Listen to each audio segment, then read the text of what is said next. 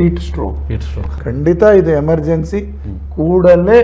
ಆದಷ್ಟು ಕೂಡಲೇ ಆತನನ್ನು ಆಂಬ್ಯುಲೆನ್ಸ್ ಕರೆಸಿ ಅದನ್ನು ಶಿಫ್ಟ್ ಮಾಡಿಸಿ ಹತ್ತಿರದ ಆಸ್ಪತ್ರೆ. ಯಾಕಂತ ಹೇಳಿದ್ರೆ ಅವನು ಕನ್ಫ್ಯೂಷನ್ ಅಲ್ಲಿ ಇದ್ದಾನೆ, ಬಿದ್ದಿದ್ದಾನೆ, ಪ್ರಜ್ಞೆ ತಪ್ತಾ ಇದೆ, ಚರ್ಮ ಒಣಗಿದೆ, ಬಾಯಿಯ ನಾಲಿಗೆ ಹೊರಗೆ ಹಾಕಿದ್ರೆ ಅದು ಒಣಗಿದಂತಿದೆ, ಕಣ್ಣುಗಳು ಒಳಗೆ ಹೋದಂತ ಇದೆ, ಚರ್ಮಗಳು ಸುಕ್ಕುಗಟ್ಟಿದಂತೆ ಇದೆ, ಮಾತಾಡೋದು ಅವನಿಗೆ ತಾಳ ತಪ್ತಾ ಇದೆ. ಸೊ ಇಂಥದ್ದೆಲ್ಲ ಇದರ ಅರ್ಥ ಏನು ಅಂತ ಹೇಳಿದ್ರೆ ತುಂಬಾನೇ ಗಾಢವಾದ ತೊಂದರೆಯಲ್ಲಿದ್ದಾನೆ ಅಂತ. ಸೊ ಆಗ ನೀವು ನಿಮ್ಮಲ್ಲಿ AC ಇದ್ರೆ ಕೂಡಲೇ AC ಗೆ ಶಿಫ್ಟ್ ಮಾಡಿ ಅವನ ಕಂಕುಳಿಗೆ, ಕುತ್ತಿಗೆ ಮತ್ತೆ ಮೈಯಲ್ಲಿ ಎಲ್ಲಿ ಅಂದ್ರೆ ಸಾಧ್ಯ ಇದೆ ಅಲ್ಲೆಲ್ಲ ಐಸ್ ಅನ್ನು ಯಾವ್ದಾದ್ರು ಬಟ್ಟೆಯಲ್ಲಿ ಕಟ್ಟಿ ಇಡ್ಬೋದು ಅಥವಾ ಐಸ್ ಪ್ಯಾಕ್ ಅನ್ನು ಇಡ್ಬೋದು. ಐಸ್ ಪ್ಯಾಕ್ ಇಡ್ಬೋದು. ಐಸ್ ಇಡಿ ಅಂತ ಹೇಳಿದ್ರೆ ಡೈರೆಕ್ಟ್ ಆಗಿ ಐಸ್ ಇಟ್ರೆ ಮತ್ತೆ ಚರ್ಮ ಅದಕ್ಕೆ ತೊಂದರೆ ಆಗ್ತದೆ. ಸೊ ಯಾವ್ದಾದ್ರು ಬಟ್ಟೆಯಲ್ಲಿ ಕಟ್ಟಿ ಐಸ್ಗಳನ್ನು ಈ ಜಾಗದಲ್ಲಿ ಇಡ್ಬೋದು. ತುಂಬಾ ಬಟ್ಟೆ ಧರಿಸಿದ್ರೆ ಆ ಬಟ್ಟೆಗಳನ್ನು ಆ ವ್ಯವಸ್ಥೆಗೆ ಅನುಗುಣವಾಗಿ ಸಡಿಲಗೊಳಿಸಬಹುದು. ಆದಷ್ಟು ಬಟ್ಟೆಗಳನ್ನು ಮಿನಿಮೈಸ್ ಮಾಡಬಹುದು. ಸೊ ಇಂಥ ವ್ಯವಸ್ಥೆ ಮಾಡಿ ಆತನನ್ನು ಕೂಡಲೇ ನುರಿತ ಚಿಕಿತ್ಸೆ ಅಂದ್ರೆ ಸರ್ ಈಗಲೇ ಹೇಳಿದ್ರು, ಅವನಿಗೆ ಬೇರೆ ತೊಂದರೆಗಳು ಪರ್ಮನೆಂಟ್ ತೊಂದರೆ ಆಗುವ ಸಾಧ್ಯತೆ ಇರ್ತದೆ. ಅಂದ್ರೆ ಹಾರ್ಟ್ ಇದ್ದು ತೊಂದರೆ ಬರ್ಬೋದು, ಹೃದಯದ ತೊಂದರೆ ಬರ್ಬೋದು, ಮೆದುಳಿನ ತೊಂದರೆ ಬರ್ಬೋದು, ಕಿಡ್ನಿಯ ತೊಂದರೆ ಬರ್ಬೋದು, ರೀನಲ್ ಪ್ರಾಬ್ಲಮ್ ಆಗ್ಬೋದು, ನೀರಿನ ಅಂಶ ಕಮ್ಮಿ ಆಗಿ. ಸೊ ಇದಕ್ಕೆಲ್ಲ ಬೇಕಾದಂತ ಚಿಕಿತ್ಸೆಯನ್ನು ಆರೋಗ್ಯ ಕೇಂದ್ರದಲ್ಲಿ ಒದಗಿಸ್ತಾರೆ ಹೊರತು ಮನೆಯಲ್ಲಿ ಏನ್ ಮಾಡ್ಲಿಕ್ಕೆ ಆಗೋದಿಲ್ಲ. ಈಗ ಅಂತ ಸಂದರ್ಭ ಬಂದಾಗ ಸರ್, ಈಗ ಆರೋಗ್ಯ ಇಲಾಖೆ ಅಂದ್ರೆ ಈಗ ಹಾಸ್ಪಿಟಲ್ಗಳಲ್ಲಿ ಯಾವ ರೀತಿಯ ಚಿಕಿತ್ಸೆಗಳನ್ನು ನಾವು ನಿರೀಕ್ಷೆ? ಈಗ ಇದಕ್ಕೆ ನವೀನ್ ಅವರು ಹೇಳಿದ್ದಕ್ಕೆ ಒಂದು ಪೂರಕವಾಗಿ ನಡೆದ, ಈಗ ನಮಗೆ ಈ ಹೀಟ್ ಸ್ಟ್ರೋಕ್ ಎಲ್ಲ ಸಾಮಾನ್ಯ ಜನರಲ್ಲಿ ಏನು ಒಂದು ತಪ್ಪು ಕಲ್ಪನೆ ಇದೆ ಅಂದರೆ ಐಸ್ ವಾಟರ್ನ ಪದೇ ಪದೇ ಕುಡಿಬೇಕು ಅಂತ ಹೇಳ್ಬಿಟ್ಟು. ಸೊ ಇದು ನಿಜವಾಗ್ಲೂ ತಪ್ಪು. ಯಾಕೆಂದರೆ ತೀರಾ ಐಸ್ ವಾಟರ್ ನೀವು ಕುಡಿದು ಏನಾಗುತ್ತೆ ಅಂದರೆ ಜಠರದಲ್ಲಿರುವ ಸ್ನಾಯುಗಳು ಕೂಡ ಅದು ಕ್ರಾಂಪ್ಸ್ ಬಂದು ನಿಮಗೆ ಅದು ಸಮಸ್ಯೆ ಮಾಡ್ಬೋದು. ಎಷ್ಟು ಹಿತಮಿತವಾಗಿ ನಾವು ಬಳಸ್ತೀವೋ ಅಷ್ಟು ಕೂಡ ತುಂಬ ಒಳ್ಳೇದು. ಇದು ಒಂದು. ಆಮೇಲೆ ಅಜೀರ್ಣ ಕೂಡ ಆಗ್ಬಹುದು ಈ ಸಂದರ್ಭದಲ್ಲಿ ವಾಂತಿ ಆಗುತ್ತೆ. ಸೊ ಈ ಹಿನ್ನೆಲೆಯಲ್ಲಿ ಅತಿಯಾದ ಎಸ್ಪೆಷಲಿ ಐಸ್ ವಾಟರ್ ಕುಡಿಯೋದನ್ನ ಅವಾಯ್ಡ್ ಮಾಡಬೇಕು. ಒಳ್ಳೆ. ಈಗ ಚಿಕಿತ್ಸೆಗೆ ತಾವು ಬಂದಿರೋದ್ರೆ ಈಗ ಈ ಸರ್ಕಾರದ ನಿರ್ದೇಶನದಂತೆ ಈ ವಿಪತ್ತು ನಿರ್ವಹಣಾ ತಂಡ ಕೂಡ ಜಿಲ್ಲಾಡಳಿತದಿಂದ ಮಾಡಿರೋದ್ರಿಂದ ನಾವೇನು ಮಾಡಿದ್ದೀವಿ ಅಂತಂದರೆ ಜಿಲ್ಲಾಸ್ಪತ್ರೆಯಲ್ಲಿ 10 ಹಾಸಿಗೆಗಳ ಒಂದು ಪ್ರತ್ಯೇಕವಾದ ಅದಕ್ಕೆ ಆದ ಒಂದು 10 ಹಾಸಿಗೆಗಳ ಕೊಠಡಿಯನ್ನು ಕಾಯ್ದಿರಿಸಿದ್ದೀವಿ ಜಿಲ್ಲಾಸ್ಪತ್ರೆಯಲ್ಲಿ. ಪೂರಕವಾಗಿ ಏನೇನು ಅದಕ್ಕೆ ಅಗತ್ಯ ಸಲಕರಣೆಗಳು ಬೇಕು ಅದನ್ನು ಕೂಡ ವ್ಯವಸ್ಥೆಯನ್ನು ಜಿಲ್ಲಾಸ್ಪತ್ರೆಯಲ್ಲಿ ಮಗನಲಾಕಲ್ಲಿ ಮಾಡಲಿದ್ದಾರೆ. ನಮ್ಮ ಪ್ರತಿ 4 ತಾಲೂಕು ಆಸ್ಪತ್ರೆಗಳಲ್ಲಿ ಪ್ರತಿ ತಾಲೂಕು ಆಸ್ಪತ್ರೆಗಳು ಕೂಡ 4 ಹಾಸಿಗೆಗಳ ಒಂದು ಕೊಠಡಿಯನ್ನು ಸರ್ವಸನ್ನದ್ಧವಾಗಿ ಇಟ್ಕೊಂಡಿದ್ದೀವಿ. ಸಮುದಾಯ ಆರೋಗ್ಯ ಕೇಂದ್ರಗಳು 8 ಸಮುದಾಯ ಆರೋಗ್ಯ ಕೇಂದ್ರಗಳಿದ್ದಾವೆ, ಅಲ್ಲಿ 2 ಹಾಸಿಗೆಗಳ ಒಂದು ಕೊಠಡಿಯನ್ನು ಕಾಯ್ದಿರಿಸಿದ್ದೀವಿ. ಇಷ್ಟೇ ಅಲ್ಲದೆ ನಮ್ಮಲ್ಲಿ 65 ಗ್ರಾಮೀಣ ಪ್ರಾಥಮಿಕ ಆರೋಗ್ಯ ಕೇಂದ್ರಗಳಿದ್ದಾವೆ, 12 ನಗರ ಪ್ರಾಥಮಿಕ ಆರೋಗ್ಯ ಕೇಂದ್ರಗಳಿದ್ದಾವೆ, 23 ನಮ್ಮ ಕ್ಲಿನಿಕ್ಗಳು ನಗರಾದ್ಯಂತ ಇದ್ದಾವೆ. ಮಂಗಳೂರು ನಗರ ಹಾಗೂ ಪುತ್ತೂರು ಮತ್ತು ಸುಳ್ಯದಲ್ಲಿ 1, ಹಾಗೇನೆ ಬೆಳ್ತಂಗಡಿಲಿ 1, ಬಂಟ್ವಾಳದಲ್ಲಿ 1 ನಮ್ಮ ಕ್ಲಿನಿಕ್ಗಳಿದ್ದಾವೆ. ಇಲ್ಲಿ ಪ್ರಾಥಮಿಕ ಆರೋಗ್ಯ ಯಾವ ರೀತಿ ಅದೇ ಥರ ಅಲ್ಲಿ ಕೂಡ ಚಿಕಿತ್ಸಾ ಸೌಲಭ್ಯ ಇರುತ್ತೆ. ನನ್ನ ಒಂದು ಎಲ್ಲ ವಿನಂತಿ ಏನಪ್ಪ ಅಂದರೆ ದಯಮಾಡಿ ತಾವು 108ಕ್ಕೆ ಕರೆ ಮಾಡಿ ಹಾಗೂ ಹತ್ತಿರದ ನಿಮ್ಮ ಆಶಾ ಕಾರ್ಯಕರ್ತರು ಇರ್ತಾರೆ, ನಮ್ಮ ಆರೋಗ್ಯ ಕಾರ್ಯಕರ್ತರು ಇರ್ತಾರೆ, ಅಥವಾ ನಿಮ್ಮ ಹತ್ತಿರದ ಆಸ್ಪತ್ರೆಗಳ ವೈದ್ಯಾಧಿಕಾರಿಗಳಿರ್ತಾರೆ, ಅವರಿಗೆ ಕರೆ ಮಾಡಿ ಮೊಟ್ಟ ಮೊದಲು ಕೆಲಸ ಮಾಡಬೇಕಾಗಿರೋದು ವ್ಯಕ್ತಿಯನ್ನು ನೆರಳಿಗೆ ಸಾಗಿಸಿ ಕೂಡಲೇ ವೈದ್ಯಕೀಯ ಸೇವೆಗೆ ಕರೆ ಮಾಡಿ ಆಸ್ಪತ್ರೆಗೆ ತಲುಪಿಸುವಂಥ ಕೆಲಸವನ್ನು ಮಾಡಬೇಕಾಗುತ್ತೆ. ಒಳ್ಳೆಯ ಮಾಹಿತಿಯನ್ನು ಕೊಟ್ಟಿದ್ದೀರಿ ಸರ್, ಭಾಳ ಅತ್ಯುತ್ತಮ ಮಾಹಿತಿ. ಅದರಲ್ಲೂ ಮುಖ್ಯವಾಗಿ ಹೇಳಿರುವಂಥದ್ದು ಈಗ ಫ್ರಿಜ್ಜಿನ ತೆಗೆದು ಕೋಲ್ಡ್ ವಾಟರ್ ಕುಡಿಯುವುದು ಈಗ ಎಲ್ಲ ಬಹುತೇಕ ಹಾಗೆ ಅದು ಏನಾಗ್ತದೆ, ಒಳಗಿನ ಉಷ್ಣತೆ ಸುಮಾರು 103-102 ಡಿಗ್ರಿ ಫ್ಯಾರನ್ಹೀಟ್ ಅಲ್ಲಿ ಇರ್ತದೆ. ಸರಿ, ನೀವು ತುಂಬಾ ಐಸ್ ಕೋಲ್ಡ್ ನೀರು ತಗೊಂಡ ತಕ್ಷಣ ಅದಕ್ಕೆ ಅದನ್ನು ಎದುರಿಸ್ಲಿಕ್ಕೆ ಆಗದೆ ಅದು ಸ್ನಾಯುಗಳೆಲ್ಲ ಹಿಡ್ಕೊಂಡಿರ್ತದೆ. ಇದರಿಂದ ವಾಂತಿ ಶುರು ಆಗ್ಬೋದು. ಇನ್ನೊಂದು ಅಂತ ಹೇಳಿದ್ರೆ ಅವನು ಆ ನೋವನ್ನು ಹೃದಯದ ನೋವನ್ನು ಆ ರೀತಿಯಲ್ಲಿ ಯೋಚಿಸಬಹುದು. ಖಂಡಿತವಾಗಿಯೂ ಹೆಚ್ಚಾಗಿ ನಾವು ಮಕ್ಕಳಲ್ಲಿ ನೋಡ್ತಾ ಇರ್ತೀವಿ, ಮಕ್ಕಳು ಬರೋದು ಐಸ್ ಇಲ್ಲ ಸರ್. ಆಗ ಒಂದು ಮಾತು ಹೇಳಿದ್ರು, ಕಾರ್ಬನೇಟೆಡ್ ಡ್ರಿಂಕ್ಸ್ ಅಂತ. ಈ ಕಾರ್ಬನೇಟೆಡ್ ಡ್ರಿಂಕ್ಸ್ ಅಂತ ಹೇಳಿದ್ರೆ ಅದರಲ್ಲಿ ಎರಡೆರಡು ತೊಂದರೆ. ಒಂದು ಕಾರ್ಬನೇಷನ್ ಇರ್ತದೆ. ಕಾರ್ಬನೇಷನ್ ಅಂದ್ರೆ ಇಂಗಾಲದ ಡೈಆಕ್ಸೈಡ್ ಇರುತ್ತೆ. ಅದಲ್ಲದೆ ಅದರಲ್ಲಿ ಕಲರ್ಸ್ ಕೂಡ ಇರ್ತದೆ, ಕಲರಿಂಗ್ ಇರುತ್ತೆ. ಇನ್ನೊಂದು ಅದು ಗಾಢವಾಗಿರ್ತದೆ, ಅಂದ್ರೆ ಅದರಲ್ಲಿ ಕೆಲವೊಂದಷ್ಟು ಪೊಟ್ಯಾಸಿಯಂ ಅಥವಾ ಬೇರೆ ರೀತಿಯ ಲವಣಾಂಶಗಳು ತುಂಬಾ ಜಾಸ್ತಿ ಆಗಿರುತ್ತೆ. ಸೊ ಇಂಥ ವ್ಯವಸ್ಥೆ ಒಬ್ಬ ಹೀಟ್ ಸ್ಟ್ರೋಕ್ ಆದವನಿಗೆ ತುಂಬಾ ದೊಡ್ಡ ಮಟ್ಟದಲ್ಲಿ ತೊಂದರೆ ಕೊಡ್ಬೋದು. ಸೊ ಯಾವುದೇ ಇರ್ಬೋದು, ಅದು ಹೊರ ದೇಶದ್ದು ಕಂಪನಿಗಳಿದ್ದಿರ್ಬೋದು ಅಥವಾ ನಮ್ಮ ದೇಶದ್ದೇ ಇರ್ಬೋದು. ಯಾವ ಕಂಪನಿಗಳದ್ದೇ ಇರ್ಬೋದು, ಈ ಕಲರ್ಡ್ ಕಾರ್ಬನೇಟೆಡ್ ಅಥವಾ ಗ್ಯಾಸ್ ಇರುವ, ಕಾರ್ಬನೇಟೆಡ್ ಅಂತ ಹೇಳೋದಕ್ಕಿಂತಲೂ ಗ್ಯಾಸ್ದ ಡ್ರಿಂಕ್ಸ್ ಬುಸ್ ಅಂಥದ್ದನ್ನು ಕುಡಿದ್ರೆ ಒಂದು ಸಲಕ್ಕೆ ನಿಮ್ಗೇನೋ ಒಂಥರ ಅದರದ್ದು ರಿಲ್ಯಾಕ್ಸ್ ಆದಾಗೆ ಆದ್ರೂ ಅದರಿಂದ ಆಗುವಂಥ ತೊಂದರೆಗಳು ಅನೇಕ. ಈಗ ರಜಾ ದಿನ ಆದ ಕಾರಣ ಈ ಮಕ್ಕಳು, ನಾವೆಲ್ಲ ಸಣ್ಣವರು ಇರುವಾಗ ಅಂದರೆ ಬೇಸಿಗೆ ರಜೆಯಲ್ಲಿ ಹೊರಗೆ ಆಟ ಆಡ್ತಾ ಇದ್ದೆವು. ಈಗ ಮಕ್ಕಳು ಹೊರಗಡೆ ಆಟ ಆಡ್ತಾರೆ, ಅದರಲ್ಲಿ ಎರಡು ಪ್ರಶ್ನೆ ಇಲ್ಲ. ಈ ಮಕ್ಕಳನ್ನು ಯಾವ ರೀತಿ ನಾವು ಸಂರಕ್ಷಿಸಬಹುದು ಸರ್? ಒಂದು ಹಂತಕ್ಕೆ ಇತ್ತೀಚಿನ ಮಕ್ಕಳು ಏನಪ್ಪ ಅಂದರೆ, ಆಟ ಅಂದರೆ ಮೊಬೈಲಲ್ಲಿ ಬರೋ ಆಟವನ್ನು ಹೊರತುಪಡಿಸಿ ಬಯಲಲ್ಲಿ ಆಟ ಆಡೋಂಥ ಆಟ ನಾನು ಇತ್ತೀಚೆಗೆ ಖಂಡಿತ ನಾನು ನೋಡಿದ್ದು ಭಾಳ ಕಡಿಮೆ ಆಗಿದೆ. ಸೊ ಈ ಹಿನ್ನೆಲೆಯಲ್ಲಿ ನೋಡುವುದಾದರೆ ಮಕ್ಕಳನ್ನು ಬಿಸಿಲಲ್ಲಿ, ಅತಿಯಾದ ಬಿಸಿಲಲ್ಲಿ, ಈಗ ಸುಡು ಬಿಸಿಲಿನಲ್ಲಿ ಸಾಮಾನ್ಯ 11ರಿಂದ 3 ಗಂಟೆಯ ಆ ಏರು ಬಿಸಿಲಿನಲ್ಲಿ ಹೊರಗಡೆ ಮೈದಾನದಲ್ಲಿ ಅಥವಾ ಬಯಲಲ್ಲಿ ಆಟ ಆಡೋದನ್ನು ತಪ್ಪಿಸಬೇಕು. ತಂದೆ ತಾಯಿಯರು ಅಥವಾ ಪೋಷಕರು ಈ ಬಗ್ಗೆ ಗಮನ ಹರಿಸಬೇಕು. ಮಕ್ಕಳಿಗೆ ತಿಳಿ ಹೇಳಬೇಕು, ಹೊರಗಡೆ ಹೋಗಬೇಡಿ, ಹೋದರೂ ಕೂಡ ಏನಾರು ಸುಸ್ತಾದ ಕೂಡಲೇ ನೀರನ್ನು ಕುಡೀರಿ, ನೆರಳಲ್ಲಿ ಕೂತ್ಕೊಳ್ಳಿ, ಈ ರೀತಿಯ ಒಂದಷ್ಟು ಮಾಹಿತಿಯನ್ನು ಮಕ್ಕಳಿಗೆ ಕೊಟ್ಟು ಕಳಿಸುವುದು ತುಂಬ ಒಳ್ಳೆಯದು. ಮತ್ತೊಂದು, ನೀವು ಮಾತಾಡ್ತಾ ಇದ್ದಾಗ ಅದೇ ಈಗಿನ ಜನ್ರೇಷನ್ ಏನಿದೆ, ಮಕ್ಕಳು ಮೊಬೈಲನ್ನು ಹೆಚ್ಚು ಉಪಯೋಗ ಮಾಡ್ತಾರೆ. ಈ ಮೊಬೈಲ್ ಬಳಕೆಯಿಂದ ಅಥವಾ ಎಲೆಕ್ಟ್ರಾನಿಕ್ಸ್ ಬಳಕೆಯಿಂದ ಹೊರಗಡೆ ನಾವು ಈಗ ಮೊಬೈಲ್ ಮಾತಾಡ್ಕೊಂಡು ಹೋಗ್ತಾರೆ, ಅಥವಾ ಬಸ್ಸಲ್ಲಿ ಇರ್ಬೋದು, ಹೊರಗಡೆ ರಸ್ತೆಯಲ್ಲಿ ಕಿವಿಯಲ್ಲೇ ಇರುತ್ತೆ ಮೊಬೈಲ್. ಇದರಿಂದಾಗಿ ಏನಾದರೂ ದೇಹಕ್ಕೆ ಪರಿಣಾಮ ಬೀರ್ಬೋದಾ ಸರ್ ಈ ಸಂದರ್ಭದಲ್ಲಿ? ಮೊಬೈಲು ಈ ಬಿಸಿಲಾಘಾತಕ್ಕೂ ಅದಕ್ಕೂ ನೇರವಾಗಿ ಸಂಬಂಧ ಇಲ್ಲದೆ ಇದ್ರೂ ಕೂಡ ಅದರ ಒಂದು ವಿಷಯ, ಈಗ ರೇಡಿಯೇಷನ್ ಜಾಸ್ತಿ ಆಗೋ ಸಾಧ್ಯತೆ ಇರುತ್ತೆ. ಸೊ ಈ ರೇಡಿಯೇಷನ್ ಆಗೋದ್ರಿಂದ ನಮಗೆ ನಮ್ಮ ಮನಸ್ಸಿಗೆ, ಮೆದುಳಿಗೆ, ಹೃದಯಕ್ಕೆ ಅದು ಇಂಡೈರೆಕ್ಟ್ ಆಗಿ, ಪರೋಕ್ಷವಾಗಿ ಖಂಡಿತವಾಗ್ಲೂ ಆರೋಗ್ಯದ ಮೇಲೆ ಒಂದಷ್ಟು ಪ್ರಭಾವ ಖಂಡಿತ ಬೀರುತ್ತೆ. ಇನ್ನೊಂದು ಸರ್, ಮಾತಿಗೆ ಪೂರಕವಾಗಿ ನಮ್ಮ ಮೊಬೈಲನ್ನು ಕಿವಿಗೆ ಒತ್ತಿ ಹಿಡಿದು ಮಾತಾಡ್ತಾ ಇರ್ತೀವಿ, ಖಂಡಿತ ಅದರಲ್ಲಿ ಉಷ್ಣತೆ ಜಾಸ್ತಿ ಇರ್ತದೆ. ಅದರ ಸ್ಕ್ರೀನ್ ಟೆಂಪರೇಚರ್ ಅಂತ ಹೇಳ್ತೇವೆ, ತುಂಬಾನೇ ಜಾಸ್ತಿ ಇರ್ತದೆ. ಸೊ ಮೊದಲೇ ಬಿಸಿಯಾಗಿರ್ತದೆ, ಅದ್ರ ಜೊತೆ ಇದನ್ನೊಂದು ಅಡಿಷನಲ್ ಬಿಸಿ. ಇದು ಮಾತ್ರ ಅಲ್ಲ, ಆಹಾರ ವಸ್ತುಗಳಲ್ಲೂ ನೀವು ಬಿಸಿಯಾದ ವ್ಯವಸ್ಥೆಯನ್ನು ಕೂಡ ತಗೊಳ್ಳೋದು ಅಷ್ಟೊಂದು ಒಳ್ಳೆಯದಲ್ಲ. ಬಿಸಿಯಾದ ಆಹಾರ ಅಥವಾ ಬಿಸಿಯನ್ನುಂಟು ಮಾಡುವಂತ ಆಹಾರ ಅಂದ್ರೆ ಅರ್ಥ ಆಯ್ತು ನಿಮ್ಗೆ? ಆಲ್ಕೋಹಾಲ್ ಅಥವಾ ಕಾಫಿ, ಚಾಯ ಹೇಳ್ತಾರೆ ಕೆಲವರು, ಬಿಯರ್ ಎಲ್ಲ ಕುಡಿದ್ರೆ ಕೋಲ್ಡ್ ಆಗ್ತದೆ, ಅಂತದೇನಿಲ್ಲ. ಇಲ್ಲ, ಉಲ್ಟಾ ಏನಾಗತ್ತೆ ಅಂತ ಹೇಳಿದ್ರೆ, ಬಿಯರ್ ಅಥವಾ ಆಲ್ಕೋಹಾಲ್ ಅಲ್ಲಿ ಡಿಹೈಡ್ರೇಷನ್ ಆಗತ್ತೆ, ನೀರನ್ನು ಹಿಡಿದಿಟ್ಕೊಳ್ತದೆ ಅದು. ಮತ್ತೆ ಆತನಿಗೆ ಒಂಥರ ಒಣಗಿದ ಫೀಲಿಂಗ್ ಬರ್ತದೆ ಹೊರತು ಅದು ಗಂಟಲಿಗೆ ಮತ್ತು ಕಣ್ಣಿಗೆ, ಮನಸ್ಸಿಗೆ ಆಹ್ಲಾದ ಕೊಡ್ತದೆ ಹೊರತು ದೇಹದ ಆರೋಗ್ಯಕ್ಕೆ ಒಳ್ಳೆಯದು ಸಾಮಾನ್ಯವಾಗಿ ನಂಬಿಕೆ ಇಲ್ಲ. ಅದು ಸರ್ವೇ ಸಾಮಾನ್ಯವಾಗಿರುವಂತ ವ್ಯವಸ್ಥೆ. ಒಂದದು. ಇನ್ನೊಂದು ಜ್ಯೂಸ್ ಕುಡಿಯುವ ಪರಿಪಾಠ ಇರ್ತದೆ. ಈಗ ಜ್ಯೂಸ್ ಅಂತ ಹೇಳಿದ ಕೂಡಲೇ ನಮ್ಮಲ್ಲಿರುವ ಜ್ಯೂಸ್ ಏನು, ಅದರಲ್ಲಿ ಹಣ್ಣು ಕಮ್ಮಿ, ಸಕ್ಕರೆ ನೀರು ಜಾಸ್ತಿ. ನೀವು ಜ್ಯೂಸ್ ಮಾಡುವಾಗ ಹಣ್ಣು ಕಮ್ಮಿ ಹಾಕೋದು, ಸಕ್ಕರೆ ಜಾಸ್ತಿ, ನೀರು ಜಾಸ್ತಿ, ಐಸ್ ಜಾಸ್ತಿ. ನಿಜವಾದ ನೀವು ಹಣ್ಣಿನ ರಸನೇ ಕುಡಿತಾ ಇದ್ರೆ ಖಂಡಿತ ಒಳ್ಳೆಯದು. ಆದರೆ ಅದಕ್ಕೆ ಅಷ್ಟೊಂದು ಶುಗರ್ ಹಾಕಿ, ಅಷ್ಟೊಂದು ಸಕ್ಕರೆ ನಾವು ಸೇರಿಸಿ, ಅದ್ರ ಮೇಲೆ ಒಂದಷ್ಟು ಐಸ್ ಸೇರಿಸಿ ತಗೊಳ್ಳೋದ್ರಿಂದ ಯಾವುದೇ ರೀತಿಯ ದೇಹಕ್ಕೆ ಒಳಿತು ಖಂಡಿತ ಆಗುವುದಿಲ್ಲ. ಇದು ಫ್ರೂಟ್ಸ್ ಎಲ್ಲ ತಿನ್ಬಹುದಲ್ಲ? ಖಂಡಿತ ತಿನ್ಬಹುದು. ಫ್ರೂಟ್ಸ್ಗಳಿಗೆ ಅದಕ್ಕೇನು, ಯಾವತ್ತಿದ್ರು ಫ್ರೂಟ್ಸ್ ಅನ್ನು ಹಾಗೆ ತಿನ್ನೋದು ತುಂಬಾ ಒಳ್ಳೇದಲ್ಲ ಸರ್? ಚೆನ್ನಾಗಿ ತೊಳೆದು ಹಾಗೆ ತಿನ್ನೋದು. ನೀವು ಜ್ಯೂಸ್ ಮಾಡಿ ತಿನ್ನೋದಕ್ಕಿಂತ ಹಾಗೆ ತಿನ್ನೋದು, ಯಾವುದೇ ರೋಗಕ್ಕಿರ್ಲಿ ಅದು.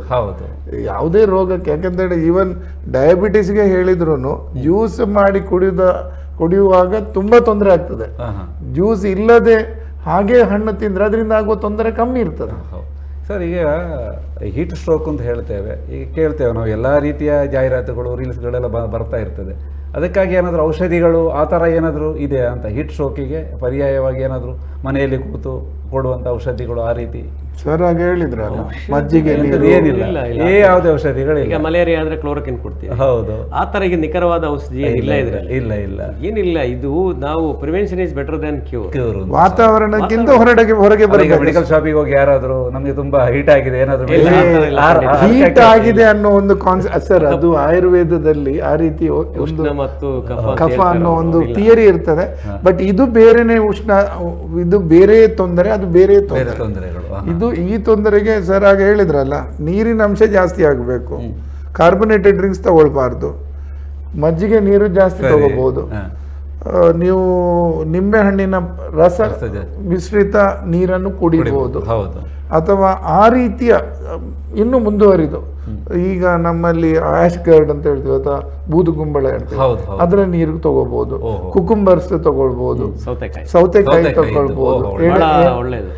ಎನಿ ನೀರಿನ ಕಂಟೆಂಟ್ ಜಾಸ್ತಿ ಇರುವಂತ ಯಾವುದೇ ತರಕಾರಿಗಳನ್ನು ಜಾಸ್ತಿಯಾಗಿ ಬಳಸಬಹುದು. ಯಾವುದೇ ಸೌತೆಕಾಯಿ ಇರ್ಬೋದು, ಮುಳ್ಳು ಸೌತೆ ಇರ್ಬೋದು, ಅಥವಾ ಆ ರೀತಿಯ ಆಶ್ ಕಾರ್ಡ್ ಇರ್ಬೋದು, ಅವುಗಳ ನೀರನ್ನು ಕುಡಿಯೋದು, ಅಥವಾ ಕ್ಯಾರೆಟ್ ಜ್ಯೂಸ್ ಇರ್ಬೋದು. ಇಂಥದ್ದನ್ನು ತಗೊಳ್ಳೋದ್ರಿಂದ ದೇಹಕ್ಕೂ ಒಳ್ಳೆಯದು, ಮನಸ್ಸಿಗೂ ಆಹ್ಲಾದ ಇರ್ತದೆ. ತಿಮ್ಮಯ್ಯ ಸರ್, ಈಗ ಒಂದು ಬಹಳ ದೊಡ್ಡ ಕನ್ಸರ್ನ್, ಚರ್ಚೆಗಳು ಬಹಳ ವರ್ಷಗಳಿಂದ ನಡೀತಾ ಇದೆ, ಈ ಪರಿಸರದ ಮೇಲಿನ ಒಂದು ದೌರ್ಜನ್ಯ ಎನ್ನುವಂಥದ್ದು. ಈ ಪರಿಸರದ ಮೇಲಿನ ಪ್ರಭಾವದಿಂದಾಗಿ ಈ ಬಿಸಿಲಾಘಾತ ಆಗ್ತಾ ಇದೆ. ಏನು ಮಾಡ್ಬೋದು ಅದಕ್ಕೆ, ಹವಾಮಾನ ವೈಪರೀತ್ಯಕ್ಕೆ? ಇದು ಬಹಳ ಒಳ್ಳೆಯ ವಿಷಯ ತಾವು ಎತ್ತಿದ್ದೀರಾ. ಕನ್ನಡದಲ್ಲಿ ಒಂದು ಒಳ್ಳೆ ಗಾದೆ ಇದೆ, ಮಾಡಿದ್ದುಣ್ಣ ಮಾರಾಯ ಅಂತ. ಹೌದು. ಈಗ ನಾವು 30 ಅಥವಾ 40 ವರ್ಷದ ಹಿಂದಕ್ಕೆ ಹೋಗೋಣ. 30-40 ವರ್ಷದ ಹಿಂದಕ್ಕೆ ಹೋದ್ರೆ ಎಲ್ಲ ಕಡೆ ಮರಗಳಿದ್ದು, ಎಲ್ಲ ಕಡೆ ಕಾಡುಗಳಿದ್ದು, ಎಲ್ಲ ಕಡೆ ಹೊಲ ಗದ್ದೆಗಳಲ್ಲಿ ಗಿಡಗಳನ್ನು ನೆಟ್ಟಿರ್ತಿದ್ರು.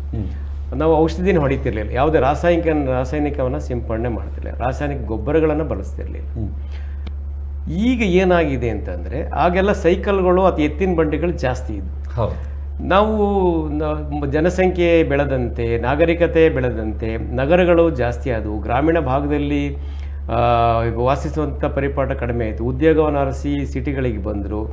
ಏನಾಯಿತು, ಮರಗಳಲ್ಲಿರೋ ಕಾಡು ಹೋಗಿ ಕಾಂಕ್ರೀಟ್ ಕಾಡಾಗಿ ನಾವು ಬದಲಾಯಿಸ್ಕೊಂಡ್ವು.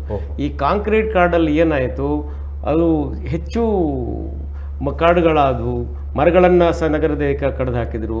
ಇದಕ್ಕಿಂತಲೂ ವಿಶೇಷವಾಗಿ ವಾಹನಗಳು, ವಿಪರೀತವಾದ ವಾಹನಗಳಿಂದ ಬರುವಂಥ ಹೊಗೆಗಳು, ಹಾಗೂ ನಾವು ಇಂಡಸ್ಟ್ರೀಸ್ ಅಥವಾ ಕೈಗಾರಿಕೋದ್ಯಮ ಅಂತ ಏನು ಹೇಳ್ತೀವಿ, ಈ ಕೈಗಾರಿಕೋದ್ಯಮಗಳಿಂದ ತುಂಬ ಬೇರೆ ಬೇರೆ ರಾಸಾಯನಿಕಗಳು ಬರ್ತಾ ಇದೆ.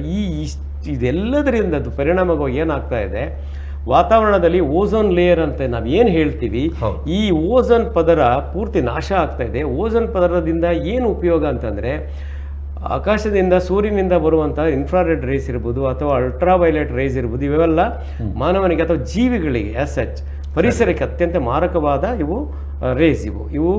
ಇವುದರಿಂದ ಏನಾಗುತ್ತೆ, ಪರಿಸರಕ್ಕೆ ಹಾನಿ ಆಗ್ತಾ ಇದ್ದದನ್ನು ಈ ಓಝೋನ್ ಲೇಯರ್ ತಡೆಗಟ್ತಾ ಇತ್ತು. ಒಂದು ಮಾತು ಮುಂದುವರಿಸೋಣ, ಒಂದು ಕರೆ ಇದೆ. ಎಸ್. ಹಲೋ ಸರ್, ನಮಸ್ತೆ. ನಮಸ್ಕಾರ. ಸರಿ ಸರ್, ನೋಡಿ ಅದು ಹೇಳಿದ್ದು ನೋಡಿ 100% ಸತ್ಯ. ಅವರು ನೋಡಿ ಗಿಡಗಳು ಎಲ್ಲ ನಾಶ ಮಾಡಿದಾರಂತೆ. ಹೌದು. ಎಲ್ಲಿ ನೋಡಿದ್ರು ಅಡಿಕೆ ಗಿಡ ಇರುದು, ಯಾವ್ದೊಂದು ಪ್ರಾಣಿಗೆ ಒಂದು ಕುತ್ಕೊಳ್ಳಕ್ಕೆ ಒಂದು ಇದಿಲ್ಲ. ಅದು ಬಿಡಿ, ಸಾರ್ವಜನಿಕ ಆಸ್ತಿ ಉಂಟು ನೋಡಿ, ಇದು ಕುಮ್ಕಿ ಜಾಗ, ಅದ್ರಲ್ಲಿ ಜನ ಎಲ್ಲಿ ನೋಡಿದ್ರು ಅದೇ ಇರುದು ಅಡಿಕೆ ತೋಟ. ಸರಿ, ಅದಕ್ಕೆ ಒಂದು ಕೈವಾಡ ಹಾಕುದಿಲ್ಲ ಯಾರು ಸರ್ಕಾರ. ಯಾಕೆ ತೆಗಿತೀರಾ, ಯಾಕೆ ತೆಗೆಯುದು? ಸರಿ. ಇನ್ನು ನೋಡಿ, ಒಂದು ಪ್ರಾಣಿ ನೋಡಕ್ಕೆ ಸಿಗುದಿಲ್ಲ, ಯಾವುದೂ ಇಲ್ಲ, ಎಲ್ಲಿ ನೋಡಿದ್ರು ಅಡಿಕೆ ತೋಟ ಅಷ್ಟೇ. ಅಂದ್ರೆ ನೀವು ಹೇಳ್ತಾ ಇರೋದು ಪರಿಸರ ಈಗ ಅದೇನು ಸಾರ, ಈಗಾಗಲೇ ತೆಮ್ಮಯ್ಯ ಸರ್ ಹೇಳಿದ್ರು. ಈಗ ನೋಡಿ ಎಷ್ಟು ಅಂಶಗಳು ಸಿಗ್ತದೆ ನಮ್ಗೆ ಈ ಗಿಡಗಳಿಂದ, ಶರೀರಕ್ಕೆ ಎಷ್ಟು ಅಂಶಗಳು ಸಿಗ್ತದೆ. ಆಮ್ಲಜನಕ ಉಂಟಲ್ಲ, ಬಹಳ ಒಂದು ಇದಿರ್ತದೆ ಶರೀರಕ್ಕೆ. ಈಗ ಉಷ್ಣಾಂಶ ಎಷ್ಟು ಜಾಸ್ತಿ ಆಗಿದೆ ಅಂತ ಅದೇ ಗೊತ್ತಾಗಲ್ಲ. ಅಂದ್ರೆ ಲಾಭದಾಯಕ ಗಿಡಗಳನ್ನು ಮಾತ್ರ ನೆಡ್ತಾ ಇದ್ದಾರೆ ಅಂತ ಹೇಳ್ತಾ ಇದ್ದೀರಿ ಅಲ್ವಾ? ಲಾಭ ತರ್ತದೆ ಅದನ್ನು ಮಾತ್ರ ನಾವು ಮಾಡ್ತಾ ಇದ್ದೇವೆ. ನೋಡಿ ನಾವು ಹೇಳುದು ಅವ್ರ ಸ್ವಂತ ಜಾಗದಲ್ಲಿ ಇರ್ಲಿ, ಅದು ಸಾರ್ವಜನಿಕ ಆಸ್ತಿಯಲ್ಲಿ ಅದು ಇಡುವುದು ತಪ್ಪಲ್ಲ. ಹೌದು, ಅದು ಯಾರಿಗೆ, ಪ್ರಾಣಿಗಳಿಗೆ ಬಿಟ್ಟದ್ದು. ಸರಿ ಸರ್, ಧನ್ಯವಾದಗಳು ಕರೆ ಮಾಡಿದ್ದಕ್ಕಾಗಿ. ಇಲ್ಲ, ಅವರ ಮಾತು 100% ಸತ್ಯ. ಯಾಕಂದರೆ ಸಾರ್ವಜನಿಕ ಜಾಗದಲ್ಲಿ ಮರಗಿಡಗಳನ್ನು ಬೆಳೆಸುವುದು ಅತಿ ಅಗತ್ಯ. ಅಗತ್ಯ ಇದೆ. ಅಲ್ಲಿ ಕಮರ್ಷಿಯಲ್ ಕ್ರಾಪ್ ಮಾಡೋದು ಖಂಡಿತ ತಪ್ಪು. ಅಷ್ಟೇ ಅಲ್ಲ, ಇವತ್ತು ಸಾರ್ವಜನಿಕ ಜಾಸ್ತಿ ಅಲ್ಲಿ ಕಾಂಕ್ರೀಟೀಕರಣ ಜಾಸ್ತಿ ಆಗ್ತಾ ಇದೆ. ಅಲ್ಲಿ ಎಷ್ಟು ಹಸಿರು ಹೊದಿಕೆ ಮಾಡಲಿಕ್ಕೆ ಸಾಧ್ಯ ಉಂಟು ಅಷ್ಟು ಹಸಿರು ಹೊದಿಕೆ. ಸರ್, ಈಗ ದೌರ್ಜನ್ಯದ ಬಗ್ಗೆ ಹೇಳಿದರು. ಈಗ ಇವತ್ತು ನಾವೇನು 1800 ನಂತರದ ಉಷ್ಣತೆಗೂ ಅದರ ಹಿಂದಿನ ಉಷ್ಣತೆಗೂ ನೋಡಿದರೆ ಖಂಡಿತ 2 ಡಿಗ್ರಿಗಿಂತ ಜಾಸ್ತಿ ಉಷ್ಣತೆ ಈಗ ಜಾಸ್ತಿ ಆಗಿದೆ. ಒಂದು ಕರೆ ನೋಡಿ ಸರ್. ಸರಿ ಸರಿ. ಹಲೋ, ನಮಸ್ತೆ. ನಮಸ್ಕಾರ ಸರ್, ನನ್ನ ಹತ್ರ ಒಂದು ಚಿಕ್ಕ ಒಂದು ಪ್ರಶ್ನೆ ಡಾಕ್ಟರ್. ಹೇಳಿ ಸರ್, ಹೇಳಿ ಸರ್. ಸರ್, ಮನೆಯಲ್ಲಿ ಸ್ಲ್ಯಾಬ್ ಬಿಸಿಯಾಗಿರ್ತದೆ, ಒಂದನೇದು ಪ್ರಶ್ನೆ. ಎರಡನೇದು ಫ್ಯಾನ್ ತಿರುಗಿ ಬಿಸಿಯಾಗಿರ್ತದೆ. ಮೂರನೇದು ರಾತ್ರಿ ನಾವು ಮಲಗುವಾಗ ನೆಲದಲ್ಲಿ ಆಗ್ತದೆ, ಟೈಲ್ಸ್ ಆಗಿ ಮಾರ್ಬಲ್ ಆಗಿ ಅದು ಬಿಸಿಯಾಗಿರ್ತದೆ. ಅದರ ಮೇಲೆ ನಾವೊಂದು ಒದ್ದೆ ಮಾಡಿ ಬೆಡ್ಶೀಟ್ ಹಾಕಿ ಮಲಗಿದ್ರೆ ದೇಹಕ್ಕೆ ಆರೋಗ್ಯಕ್ಕೆ ಹಾನಿಕರ ಇದೆ ಅಂತ ಒಂದು ಕಲಕಲಿಯ. ಮೊದಲನೇದಾಗಿ ಮನೆಯಲ್ಲಿರುವ ಸಾಮಾನ್ಯವಾಗಿ ಕಿಟಕಿ ಬಾಗಿಲುಗಳನ್ನು ಒಂದಷ್ಟು ತೆರೆದು ಗಾಳಿ ಒಂದು ಕಡೆಯಿಂದ ಇನ್ನೊಂದು ಕಡೆಗೆ ಸರಾಗವಾಗಿ ಹಾದು ಹೋಗೋ ಥರ ಫಸ್ಟ್ ನೋಡ್ಕೊಳ್ಬೇಕು. ಒಂದು. ಎರಡನೆಯದು, ಈಗ ತಾವು ಏನು ಹೇಳಿದಿರಿ, ಇದು ನೆಲದ ಮೇಲೆ ಒಂದು ಶುದ್ಧವಾದ ಬಟ್ಟೆಯನ್ನು ಒದ್ದೆ ಮಾಡಿ ಹಾಕೊಂಡು ಮಲಗಿದ್ರೆ ಖಂಡಿತವಾಗ್ಲೂ ಏನು ಸಮಸ್ಯೆ ಆಗಿಲ್ಲ.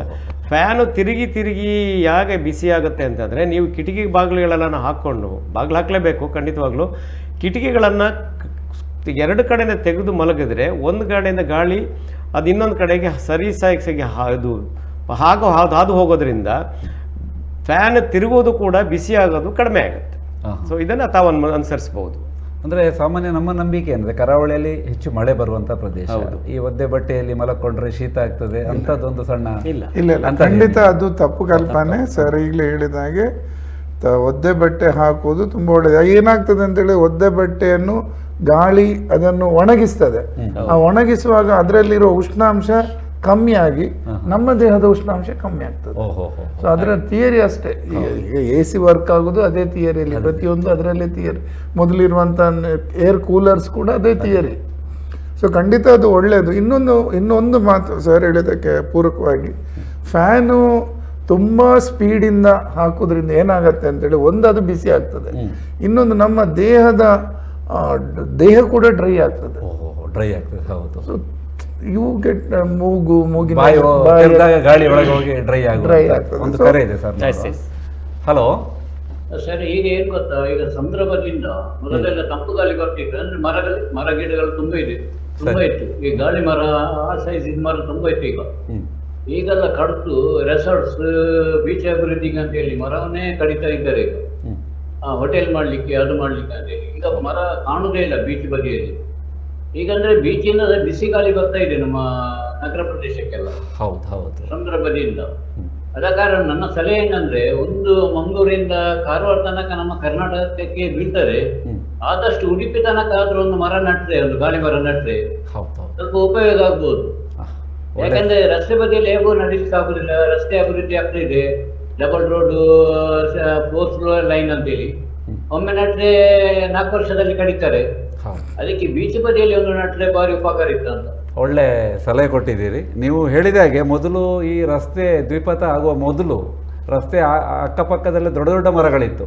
ಈಗ ಯಾವುದು ಮರಗಳು ಕಾಣಿಸ್ತಾ ಇಲ್ಲ, ಬರೀ ಕಾಂಪ್ಲೆಕ್ಸ್ಗಳು ಮಾತ್ರ ಕಾಣಿಸ್ತಾ ಇದೆ ಬೀಚ್ ಪಕ್ಕದಲ್ಲಿ ಅನ್ನುವಂಥದ್ದು ಒಂದು ಸಲಹೆ ಕೊಟ್ಟಿದ್ದೀರಿ.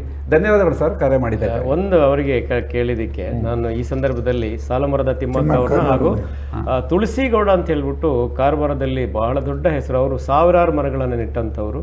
ಹಾಗೆ ಸಾಲುಮರದ ತಿಮ್ಮಕ್ಕ ಕೂಡ ಇವರು ಪದ್ಮಶ್ರೀ ಇಬ್ಬರು ಕೂಡ ಪದ್ಮಶ್ರೀ ಪುರಸ್ಕೃತರು. ಸೊ ಇವರ ಪ್ರೇರಣೆಯಿಂದ ನಾವು ಕೂಡ ಈ ರಸ್ತೆ ಬದಿಯಲ್ಲಿ ಮರಗಳನ್ನು ನೆಡೋದ್ರಿಂದ ಪಕ್ಷಿಗಳಿಗೆ ಆಶ್ರಯ ಆಗುತ್ತೆ, ದಾರಿ ಹೋಕರಿಗೆ ಆಶ್ರಯ ಆಗುತ್ತೆ.